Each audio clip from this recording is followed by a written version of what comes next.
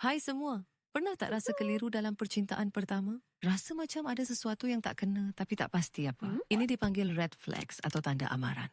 Mari kita bincangkan dalam dunia The Sims. Bayangkan red flag macam moodlet negatif yang selalu muncul bila awak bersama si dia. Atau berhubungan yang asyik menurun tanpa sebab yang jelas. Ini adalah petanda penting yang tidak boleh diabaikan.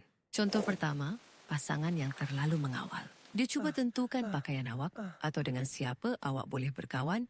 Ini bukan tanda sayang, ia mengurangkan tahap autonomi awak. Contoh kedua, dia tidak menghormati minat awak.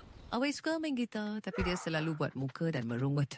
Bar keseronokan awak akan jatuh mendadak. Contoh ketiga, sentiasa negatif. Dia selalu marah atau bersedih dan menarik mood cuak ke bawah bersamanya. Mengabaikan tanda-tanda ini ibarat membiarkan sim awak kelaparan. Lama-kelamaan, keperluan sosial dan emosi awak akan menjunam ke paras merah. Ini boleh membawa kepada breakup yang menyakitkan. Percayalah pada gerah hati anda. Ia seperti penunjuk keperluan dalaman awak. Anda berhak mendapat hubungan yang meningkatkan semua bar keperluan positif anda. Ingat, cinta pertama sepatutnya menjadi pengalaman yang menyeronokkan. Jaga diri anda.